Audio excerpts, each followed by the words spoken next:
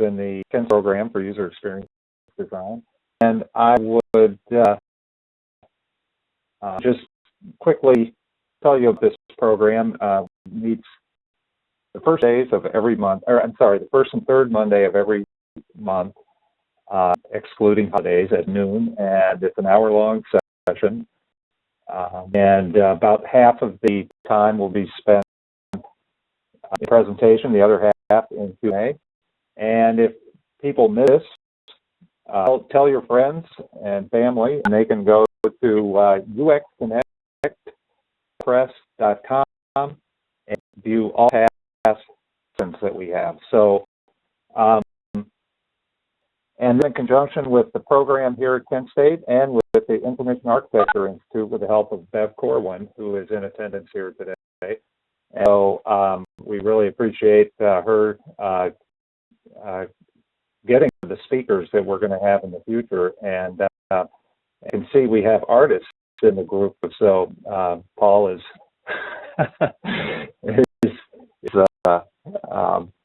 an artist as well. I didn't know that. And tell you a little bit about Paul, besides his artistic proclivity. Paul is a founder and consultant at Sherman UX, and he's worked in the area of usability and user-centered design for the past 15 years. And that he was Senior Director of User-Centered Design at Sage Software in Atlanta, with efforts to redesign the UI and improve the overall customer experience of the Peachtree accounting desktop application and ePeachtree web-based app. And as president of the Usability Professionals Association in 2008, and was founding president of the UPA Dallas-Fort Worth chapter, and served on UPA's board of directors from 2005 to 2011, and now makes his home in Ohio. So I'm going to go over to Paul. I'm going to talk about changing minds and removing barriers. Experienced practitioner, strategist, and change agent. Take it away, Paul. Well, appreciate that intro. And yeah, I just figured it's nice to go back to basic principles when we're about user experience and usability. And as waiting for the crowd to come in and for you to do so, I just know these icons pop up and they disappear after a few seconds. You guys seeing these control icons here? You can just silently nod your head. And I noticed the pen, and I said, wait a second, I'm using PowerPoint for how long? It's more than 20 years, and I just found that. So talk about discoverability as a principle of good usability and creating a good user experience. I literally didn't know I could do this until this very presentation, and they asked me, used WebEx, and I said, yeah, I've been on it thousands of times, and presumably have given a presentation hundreds of times. So just remember, discoverability, important. All right, so let's just cut to the chase here. But can you tell me, we've got an hour for this? Does it end at 1? I want to make sure to leave some room for questions. At least a half hour, but you want about 20 minutes or so for questions, and or okay. 20 minutes to a half hour is what, but sometimes presentations go long. All right, I'll try to keep it to about 40 minutes. There's a lot of slides, okay, but I'm a quick talker, having grown up near New York. Let's cut chase now. Unit testing does not necessarily equal a good user experience. That only comes from doing strategic user experience planning. That can build a unified and consistent user experience, but strategic design leads to great user experiences. And it's like anything that you've seen that you recognize. You know it when you see it. It's good usability testing, not in and of itself lead to a great user experience and a great design. So, the reason is, usability testing is almost always tactical and short-term focused. It's typically the way that it gets, that user experience practices get introduced into an organization. Someone says, someone with budget and power says, I'm not so sure that what we just built is going to work for the users. We should get a professional in here. And what happens typically is someone that says, yeah, your baby's ugly and here's what you need to fix it. And there, if it wins support, user experience wins support on an ongoing basis, you may see usability testing start done across releases. But even when you start doing those kind of activities and incorporating it, and tests are almost always used tactically. Find problems with your site or your product, but method, kind of foot in the door, usability testing, we have a release coming up, I wonder how it's going to do method, it's not well suited for crafting either a unified user experience or planning for tomorrow's user experience and creating delight and loyalty and stickiness. I mentioned at this point, I'm working from home today, so Murphy's Law is in effect. The dog will bark and the home phone will ring. So let me just issue that caveat now. So delight and loyalty and stickiness. Some people feel like it's a bit of a thing. You just don't know. It's trying to bottle lightning. But there are techniques that you can use to increase the chance that you will delight your customer, that you will build loyalty, and that you will attain stickiness. And part of the capturing lightning in a bottle, is to design the user experience not just now, this year, but to really put a plan down and try to work it and data inform it as you go. This, I think, is key. You hire experience, not just the product UI itself, or the email campaigns, HTML formatting, or the instrumentation on it to see your open rates, or assistance content, of which there's less and less. And we'll get into that as we go. Before we get into it, I do want to talk about the difference between strategy and tactics.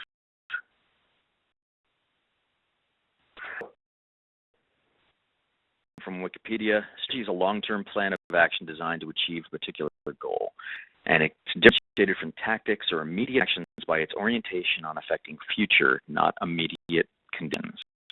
It's a definition for our purposes.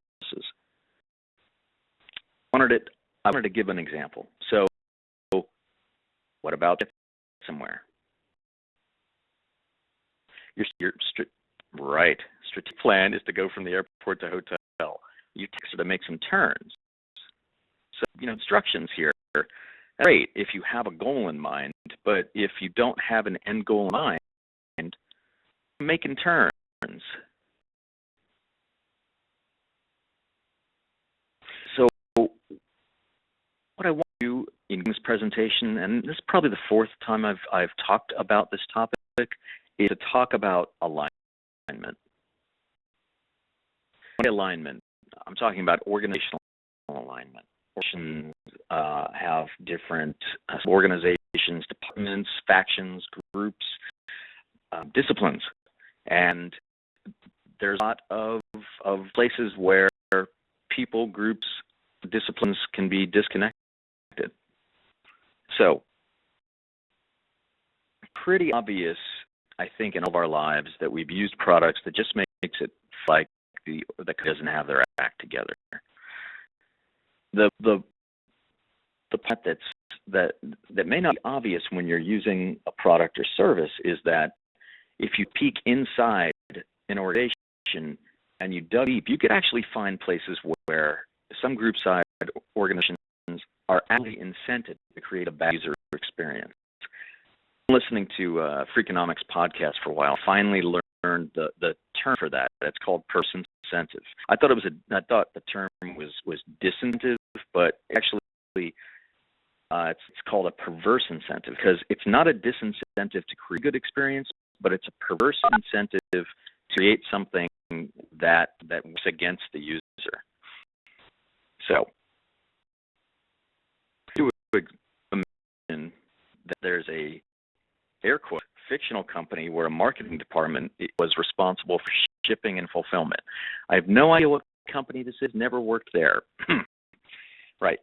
So, imagine that they charged $16 to ship a box of software. And this was about 7 or 8 years ago in this hypothetical example. And this made the marketing department about $600K yearly, number that's straight to their particular budget. that's great for the marketing department, but how many people do you think abandoned their shopping carts when they saw that price?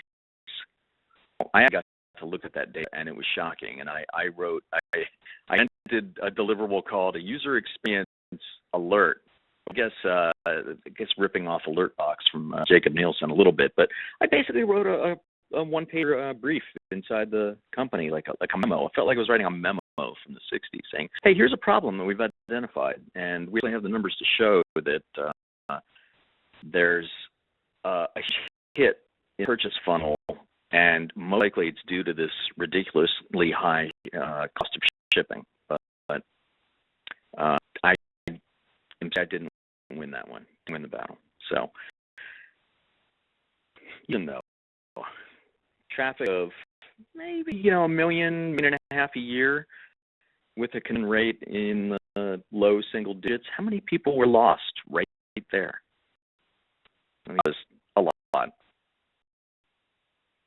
Usability testing and user-centered design can only do so much.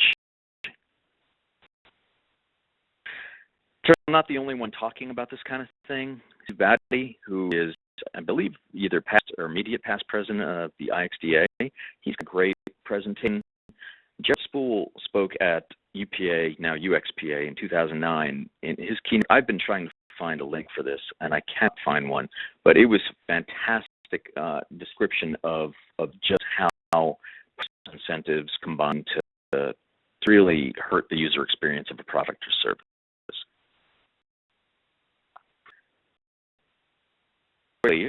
Let's just do some definitional stuff. Usability.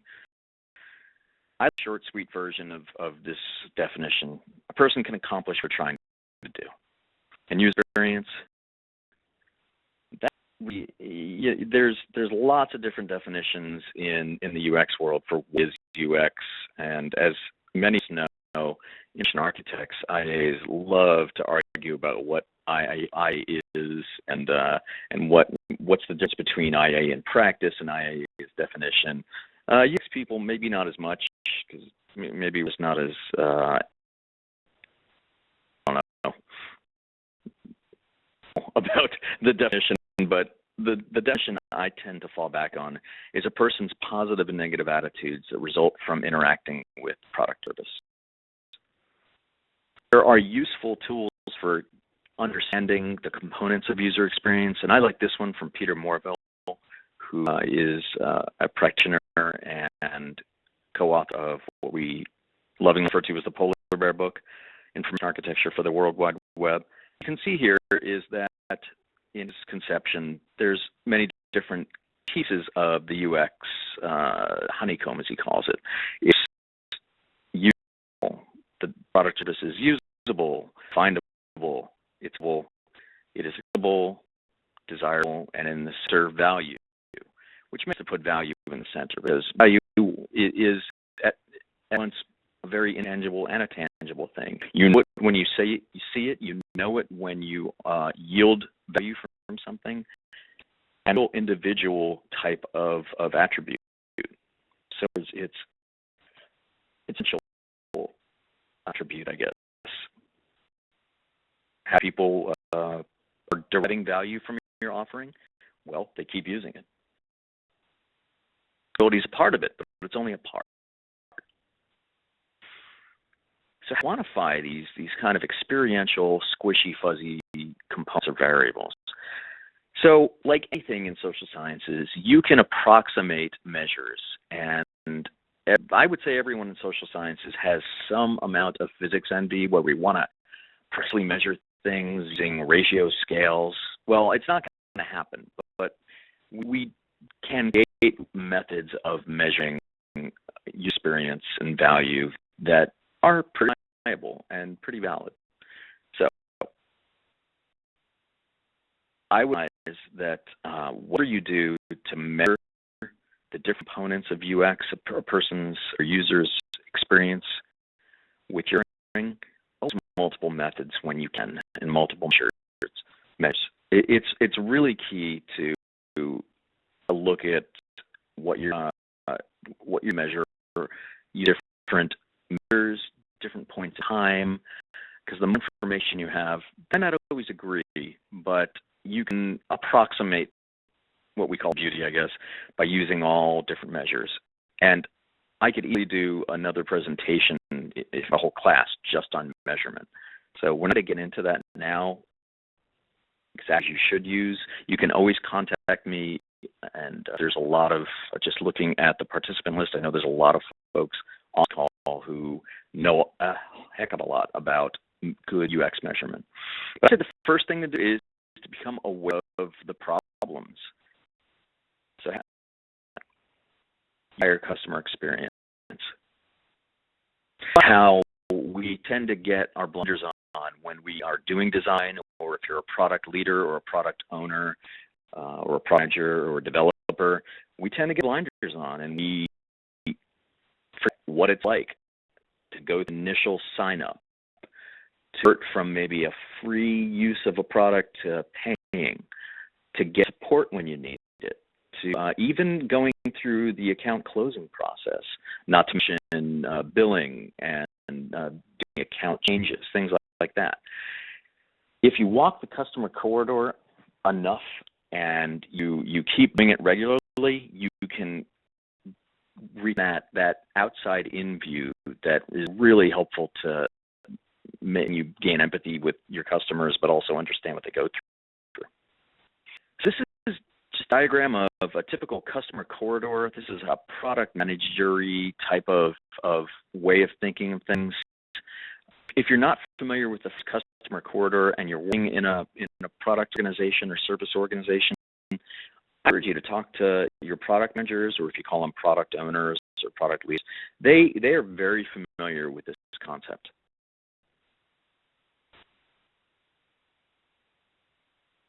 And you're at it would definitely include, if you had your IR or your support.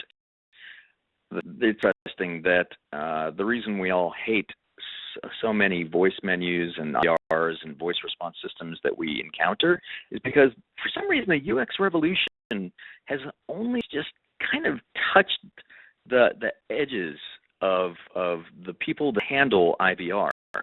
Turns out that IT groups are typically the ones who not only maintain call center menus and prompts, but they have to do the design in so many cases. So don't the voice part. Don't skip your voice in action. It's part of your overall user experience. Specialization. And this is, yes, shameless plug, not for me, but for Susan Hura, who is an expert in this stuff. Full disclosure, she's also my wife, but knows her stuff about VUI. So, how do you do strategic user experience? It changes, and it often drives process and organizational structure changes that the people who are championing and sponsoring UX are not aware of when they say, hey, we need to get some of this UX stuff. Call back that there are the perverse incentives or incentives to create a good user experience. This is hard work. Organization structures and changing people's incentives, really hard. Make design and UX look like a cakewalk. Companies do it instinctively. Virgin Air, offline examples, probably online examples as well. Online ones that we know about that most people are familiar with, Zappos, Amazon, Lands' End. There's plenty more. When I do this live, I typically ask people for examples, but because of the asynchronous nature of this, I'm not going to look for examples. I would encourage you, though, to type some in and share with all if you have good examples.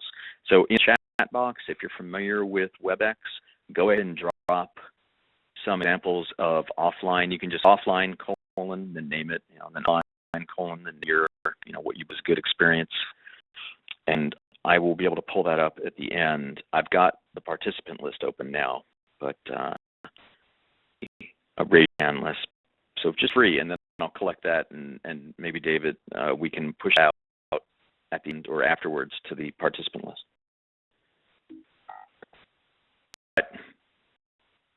Waffles out there. See, most organizations don't align on the user experience, don't know how to begin. In part is whose fault? It's everybody's and nobody's. And that's kind of the problem, right? Diffusion of responsibility. No one brings it. There are few organizations that have a chief experience officer, that have a chief experience officer that is empowered to make the changes that need to be done. How can I, that I do, take a strategic approach when we sometimes don't have the mission for it, don't have the budget, but we know it needs to be done? So I codify a couple of steps to at least get started, because this is all about planting seeds and creating a long-term play. This requires patience. About alignment earlier. So one thing to start doing is not just kind of a personal growth thing for everyone. When you see that people in the organization just aren't as interested as you in the user experience, and it's only partly because it's not in the job description, you can start looking for, well, what are the things that are not only not my job kind of things, but where are the disincentives or the perverse incentives, and identify them. And once you start identifying them to leadership, you can start to eliminate them or at least address them. The thing here is that when you start trying to organizationally and we call systemically, you likely will find areas where there's a business or like a micro portion of the business model that is generating income that may be contrary to a good user experience.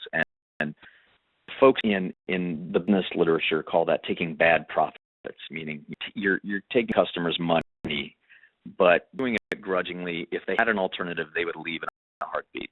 And times in the innovation literature, what you learn is that if there is a viable alternative, even if it doesn't meet 100% or even 90% of what people need, they'll bolt. Values. Be opening about and improving the user experience. And by saying it's easy to become jaded. I worked in telecom for a few years where we called users, LUS, ER, and that was mostly from the folks who were really smart about telecom and really thought that the people who used the stuff they built were dumb. But it's easy to go native and forget that your product really has a emerging learning curve than you remember. For systems about the customer always being right, they're true. This was a few years ago. This guy who complained about the food on a flight from London to India, and did on social media. So smart. You know what they did? They said, "Oh, you know what? Valid complaints. We appreciate them. We'd like you to be a taster in our corporate kitchens where we design our meals for our long haul flights." So the element of a stunt to that, yeah, of course, but that's pretty effective, and it reveals something about the organization being open to learning and improving the UX at an organizational level. Like here, do a hub, walk through your entire user experience, not just the UI of the product. Listen to your user interface, and really look for the doors, the places between the cracks where you think things are smooth, but actually users fall into a little pit of bad UX. And those usually happen in the transition points between modalities, maybe moving from the web to voice, or maybe something product, if you have a desktop product, say, where you click on a link to go to help or the online help. And for some reason, there's nothing that pops up useful, or sometimes nothing that pops up. Even thing misconfigured about the OS, that's still going to get blamed on you. So maybe there's a different way to connect your online help with your desktop product. Leverage what many of us on the phone here do. Leverage your experience design. Don't just fix the little usability issues. assess and redesign the customer touch points across the whole thing. And I know that we've been increasingly moving to a lighter documentation world in software design and development. So I'm saying go create a gigantic spec, but leave some history. We call it in one of the things I've worked for, it's called attaining the tribal knowledge.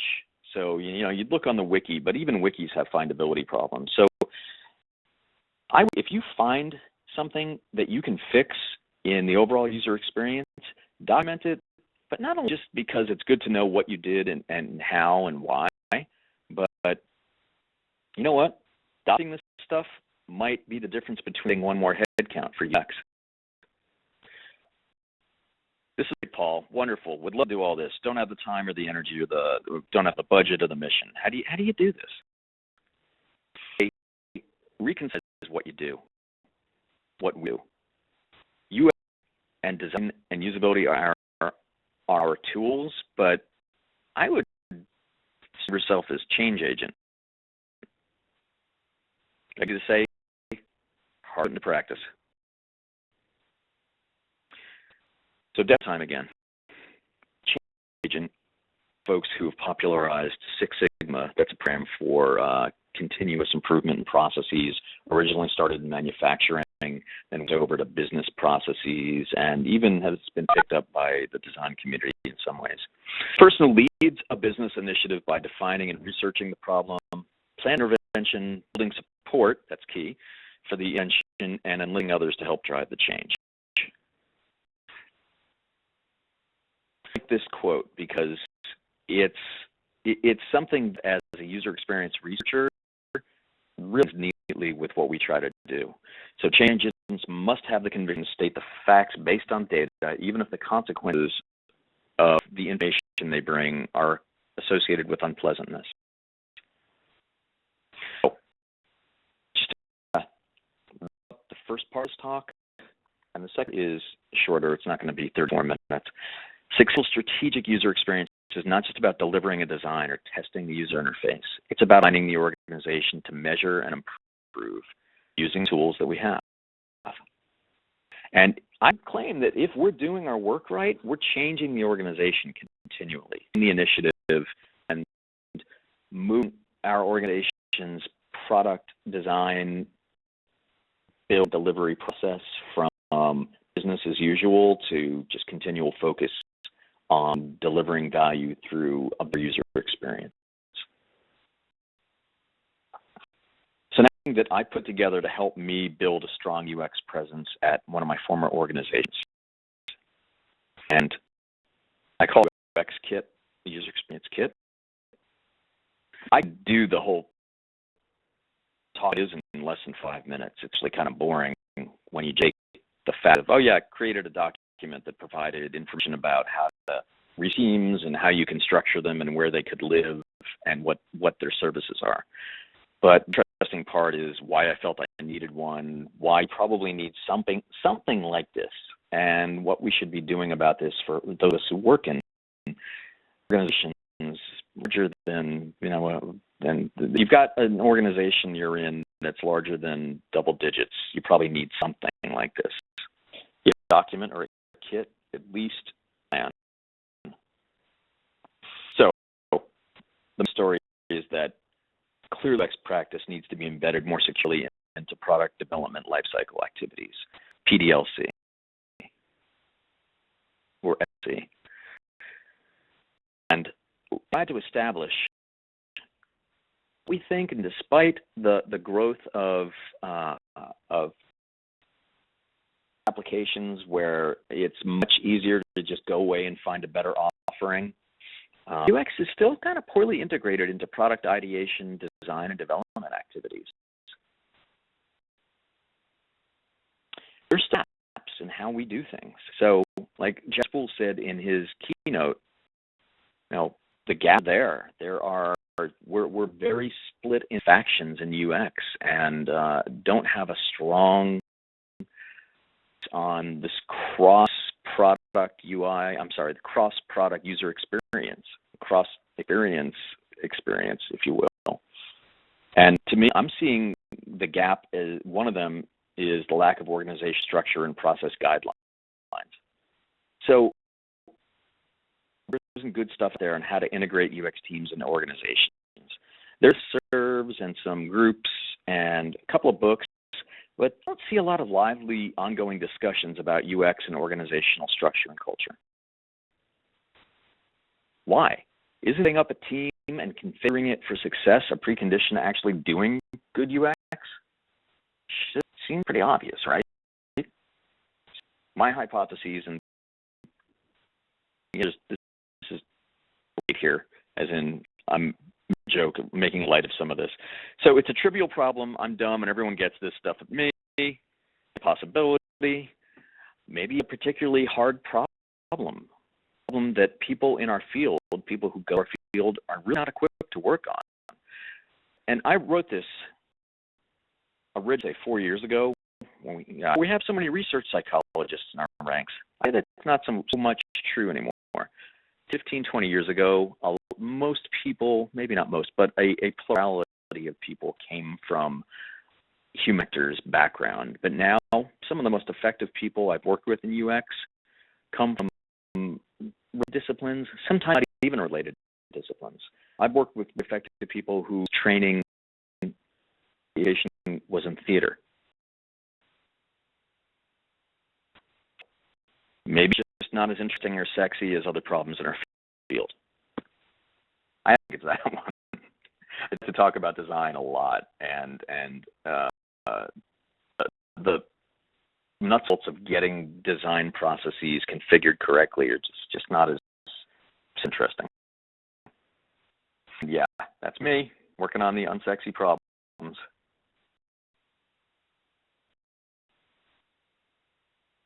I have organizations that have claimed to do UX, which actually did. And I've also worked in some organizations that thought they were doing it, but really call that UX in name only, or what I like to call cargo cult UX. Definite time. Cargo cult is a type of religious practice that may appear in tribal societies in the wake of interaction with technologically advanced non-native cultures. Okay, so it's really not as it doesn't line up 100% with the definition, but there's something that's a little shocking and intentionally thought-provoking in this idea of cargo cult UX, doing it in name only.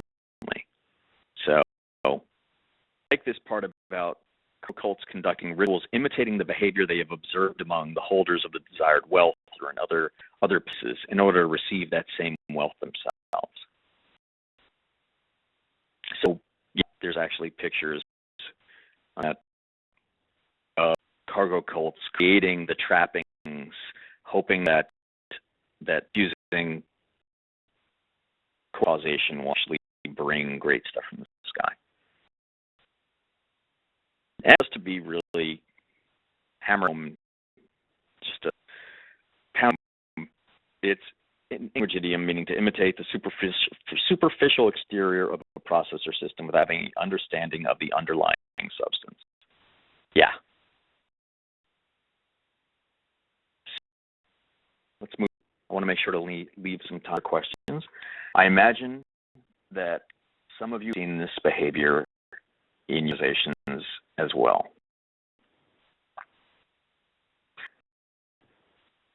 To one organization that know UX, but not knew they wanted it, but knew what it cost and knew what it would take, or knew that it would take changes. I was to put together teams in other product groups. So we started out in one product group and took it on, said, great, fantastic, spreading the UX gospel. And it took me one failure, one just bad experience with the product team on another side of the organization where they said, wait, how much does it cost and how many of my headcount do you want me to switch from to design? To make that I needed to do some groundwork. So I got PhDs do best. I wrote a paper, and then I remembered that I was talking to business, and I got it down by 2/3. Part of my UX kit was people who had the budget and the power to make UX happen in an organization. And just a little bit of background, this was an overall company that had 15 different independently working product teams, no central service functions to speak of other than IT and HR, but no shared services. The folks had no idea that they would have to change processes and procedures and not just give budget. So that was the target. And well, this is pretty much what I've been talking about for 40 minutes here. The fact you have to become aware that there are organizational and structural changes that need to happen and process changes. How to do it, how to get started, how to change people's what development lifecycle is and how it's structured. A lot. That's why I originally wrote like 65 pages and realized no one would read it. Sad. And as you look at this part, yes, and there, I'll provide a link to this. You can pull it, look at it at your leisure. But I actually didn't create this. A product manager VP, or the version of this, and really broke things out into an efficient way of thinking about who does what when in the or software or systems development lifecycle. Across here, I've got different disciplines, and depending on the size of your organization, you may see things combined. You may not have this much speciation or differentiation of roles. And then what you have is a generalized description of product development lifecycle. Fancy word for when you think up and validate what it is you're going to build and who you're going to build it for. Design, development, validation, and release. What I pointed out is that if you're correct user-centered design to the organization, there are contributor roles in every phase of the ideation, design, and development lifecycle. So the thing I did was I used this as a model, and I put us in the middle. Because there's things that we do in ideation. There's techniques we can do to find what customers value, what they need, what they want. And of course, design and in development, there should be a lot of back and forth to validate that what we're designing is what gets developed. But there's also roles we can play in validation and in release. As kind of activity is cyclical, release activities feed right back into ideation for next releases or next ideas, making products. I also diagrammed out exactly what we do, and I tried to just make it as quick and easy to read as possible. And in the original table in the document itself, I had hyperlinks that would provide, or that would out to a section of the document that would describe for the lead, the consumers of the document, just what textual inquiry was. What is task analysis? What is persona creation? And all this stuff. I didn't include it here because it wouldn't have made sense and might have you click where nothing would happen. This was just another, I'm not a big fan of this. I think it's got too many words. Resources that I included, it's data sheets for doing usability testing or your research, recruit forms, report formats, and none of this stuff is that I made up out of whole cloth from my own head. This is stuff been around our field for a long time, and I think that if you were actually able to peek behind the curtain of our practices, you would find significant, I would hope you would find significant overlap in the certain format of our deliverables, although it is nice when I see in our field develop new ways of stringing or presenting content that we create. I tell the leaders, don't read because I'm going to show right here. Hire at least 3 direct contributors, your usability analyst, interaction designer, visual designer. You may need more than one of each depending on the size of your product. And hiring a manager or director is also highly recommended. Advocated for that is because that puts UX a seat at the table, at the decision-making table. By the way, for those who have, and I'm going to guess 100%, for those of us who have looked for a job or who have looked for a contract in the last, say, 5 years, we call a unicorn. If you see a job posting asking for all of this, that's a unicorn. It's cool. Anyone out there who can do all this as well, easily as well, in all these different parts of the process, well, it's up to you, and I want to hire you. About budget. I said budget for between 20, and this is not headcount budget. This is budget for between 20 and 60K in research expenses, depending on the size of your product and your product team and how many products you have. But if you don't only get 10K or 5K, that's fine. There's a lot of ways to do UX research on the cheap. This, I think, is, yeah, I did update it. Good. This was back, the first iteration of this document was in 2007, where we're still building usability labs. I still think there's a place for them, but there's so much you can do now with the online offerings and the tools we're using today. I can't know how many tests I've done over WebEx in the last 2 or 3 years that it wasn't done remotely, and now it's much more accepted. 1, beware that you have to change your processes. If you don't, you might become a cargo cult UX team. So results. How did this kit go over when I introduced it first in one organization? Not so well. It didn't create controversy. That would have been nice. Controversy would have been nice. It just got, oh yeah, here's the document. I'm pushing it out to the leaders. Got a few responses from the more diligent people who actually read it and cared, but not much. But you know what? I'm getting requests for it from inside the organization. In the seeds, just like I was saying earlier, this is really important, but really slow work. It took at least a year to see people starting to make the transition to more fully incorporating UX activities, and they couldn't. Not only didn't, but they couldn't go as far as my original team because they didn't have the budget or, frankly, the juice. They didn't have the high-level and champions that I was lucky enough to have in my organization. But I went further than they did get to before. So covered. Still, when I do the next update, I will cover Agile and Scrum and other methods for development. Still with RIFs, reductions in force, up in 2008, 2009, 2010. So does it have gaps? Of course, and it doesn't really cover smaller organizations or startups. So if you do pull it down and look at it, I would say use it at your own risk. The other thing I would say about it is that this is just a document. If I did, I pick a tool or a particular modality, but I made it social. I would have made it something that could be group edited.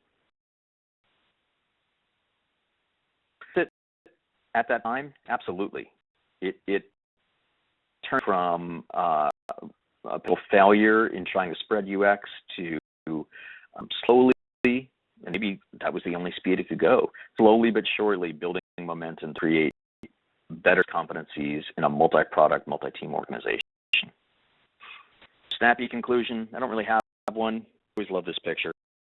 So be patient. Organizations just resist change. That's their nature. They are possessed of inertia. But they change to grow and improve. So you can be that change agent or one of them with UX skills. Thoughts?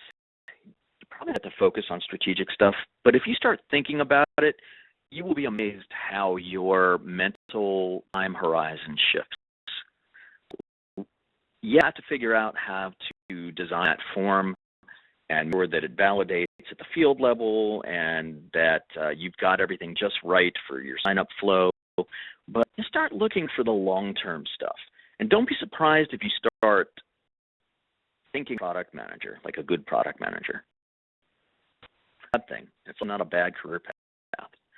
Here's the links to Kit in its recent iteration, and then the link for this deck. And David, I know you had just said put questions in the chat. I'm going to open up the chat. Okay.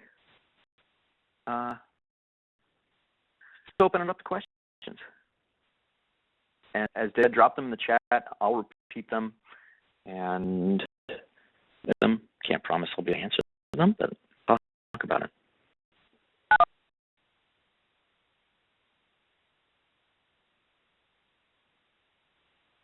Yeah, but I'll just throw out there it has to do with documentation and agile lean processes and how you see that happening. And because I know a lot of times this is done on whiteboards and doesn't get recorded other than in photographs and things like that. And so how can that be become part of the process? We agree that the documentation could be really important on these things, if not but documenting what you've done to prove your worth, or in terms of learning.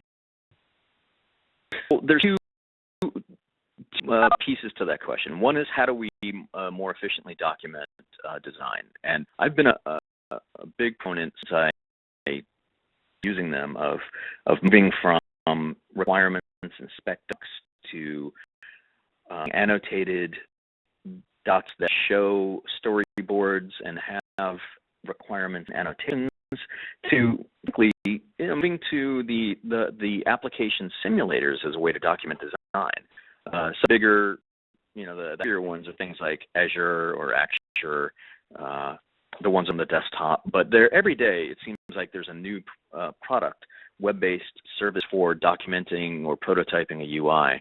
One of my favorite ones is called Proto.io, and it's for mobile.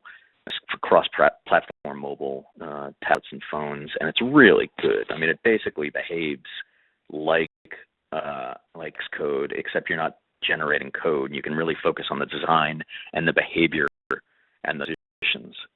But as far as documenting, the organizational stuff, I would just adopt go native in that sense. It's always great to write up a case study of a UX win.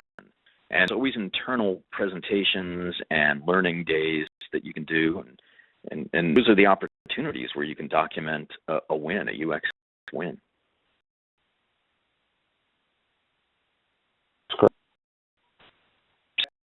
More win.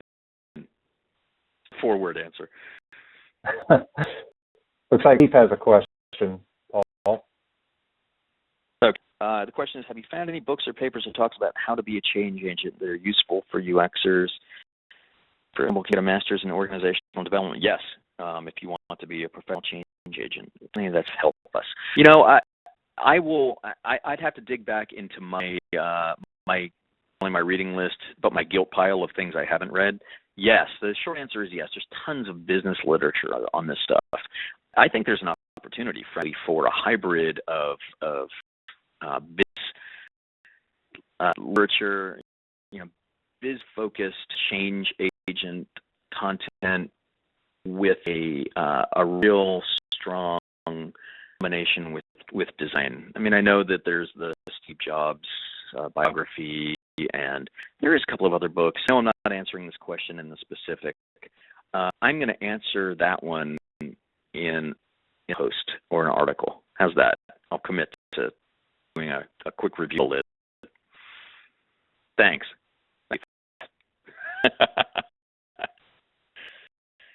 Anybody? Let me do a check. We're at 12:52, so we've got as much as 8 more minutes. I do want to say, just so people don't feel the shame of dropping, if you do have a commitment and you want to drop, feel free. I'll definitely stick around until 1 o'clock, if not a few minutes after.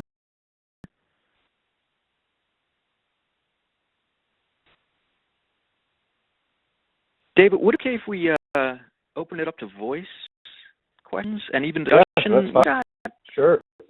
We've got enough people where I think we can handle it. So. Yep. Sometimes ambient noise from some people will be tuning in from a coffee shop or something, and so we get a noise, so we tend to mute people. Is it possible, Mike, to unmute? Oh, muted. Yeah, but I think I'm sorry, is everyone muted? Yeah. I'd like to hear a little bit of discussion because I see some names in here where I know that some of the people have faced these challenges. I think. Yeah, there we go. Okay. There they go. Great. There are dogs barking and everything, but that's good.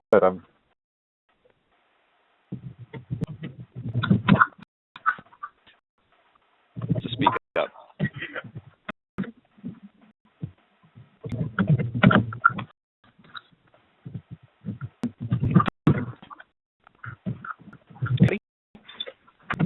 I'm going to start calling on names. Is that Janice? Somebody started.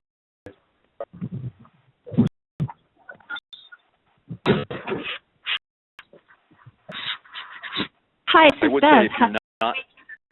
Have you looked at the chat box and answered all the questions in the chat box? Yes. Okay. I just want to second the notion that that change in large organizations, particularly large organizations, is tough. And trying to get I don't think that's any secret, but I do want to second it. Hi, this is Jana. Hey, Jess. So I've been out of the consulting world for a while, and are you still finding that this is a big challenge to organizations in terms of trying to set up a UX team? Definitely. And is it at all regional? I mean, does it seem to be more so in the Midwest than on the West Coast or the East Coast? Do you think it's That's across a tough one the for me board? to tell. My samples, the body nature of my sample wouldn't really allow me to make a regional guess. We know that there's a lot of focus on UX in the Bay Area in the U.S., but I'm sure we're only seeing the ones that are doing things well. Hey, I would ask if anyone isn't talking at this point, you can mute yourself because we're getting a few keyboard sounds. So just go ahead and hit your own mute if you don't have a question. Matt, what are you finding? I mean, I know that you've worked with a lot of different organizations. Yeah, I mean, I find the same thing, which kind of amazes me since I've been in this field for so long. But yeah, I think it's still an issue, and I think your UX kit is a good takeaway for people who still have the challenge in trying to bring it into their organization. I was interested to hear what maybe other people, what their experiences have been. Is anyone on this call who's working for a smaller organization? And I find smaller is, let's put a stake in the ground and say less than 50 people total.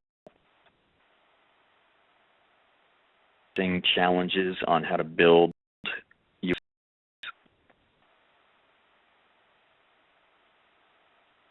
Maybe narrow. Anyone facing challenges on how to incorporate UX at all? Yeah.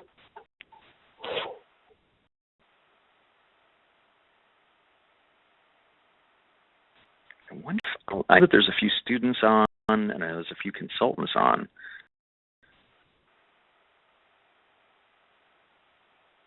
For anyone who's an any.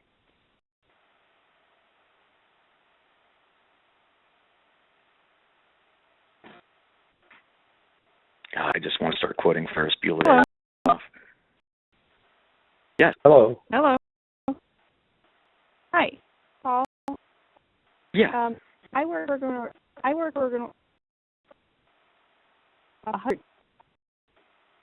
and I'm internal on the art direct stamping. I'm trying to introduce back thinking. So your signal's breaking up a little bit. I got most of that. It's less or 100-person organization. You're trying to introduce UX.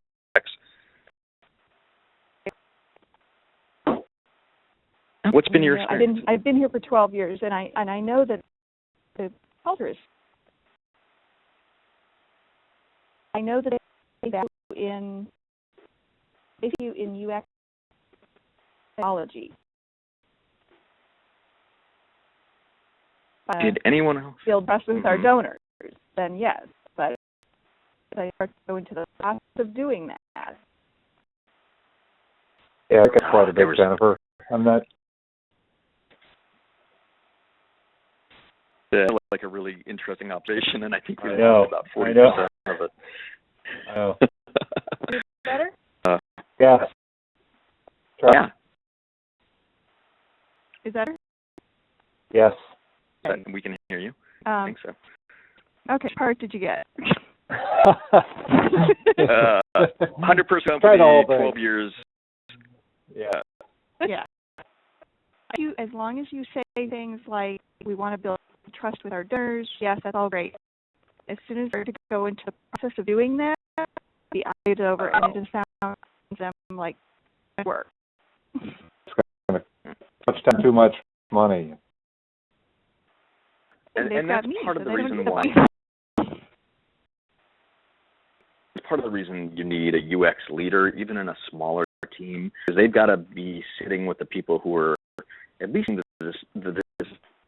first line and second line management level, and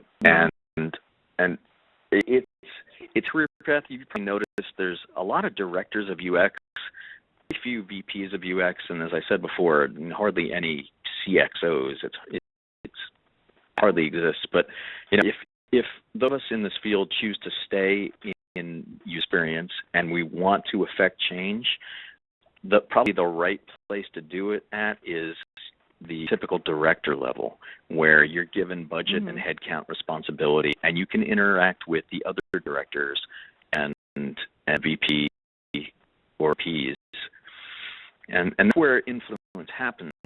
Unfortunately, the practice of UX is so fun that many of us who have attained directorship just say, this is people stuff stinks. I want to go back and do work.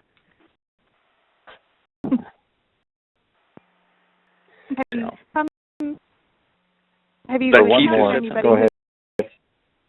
Go ahead. I've heard stories from some people that said it's too hard to start your own change movement within the company. You have to wait till one starts, right? It's some other factor that throws everybody in a tizzy and says, change has to happen or we're going to go out of business.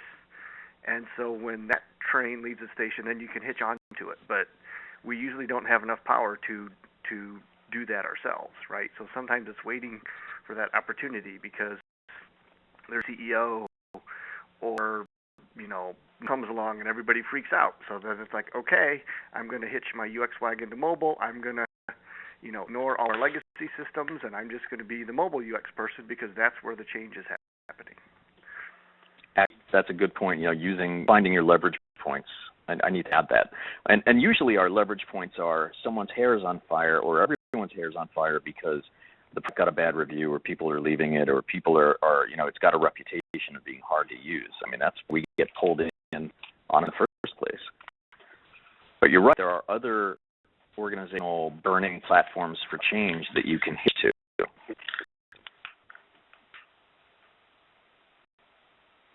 It's 102. Dave, I'm going to hit back to That's Dave. about it. So I would include those. You can always continue this discussion at the UXconnect.wordpress.com site. Just go to the page where this is, and you can put in kind of like to about the discussion. And so the next talk, I don't have it in front of me, but it's going to be in November. It's going to be,